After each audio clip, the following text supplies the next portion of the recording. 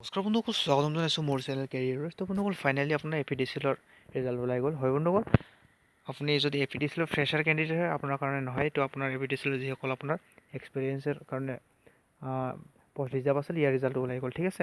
তো বন্ধুসকল, ইয়াত আপোনালোকে মোৰ ডিছক্ৰিপশ্যন বক্সত ইয়াত লিংক দিয়া থাকিব। আপোনালোকে তাত ভিজিট কৰি ডাইৰেক্ট এইখন ডাউনলোড কৰিব পাৰে। ঠিক আছে। ইয়াত আপুনি চাব পাৰিছে কি দিছে, 10 ফেব্ৰুৱাৰী 2020 অৰ্থাৎ আজি ওলাইছে ইয়াৰ ৰিজাল্টটো। ঠিক আছে।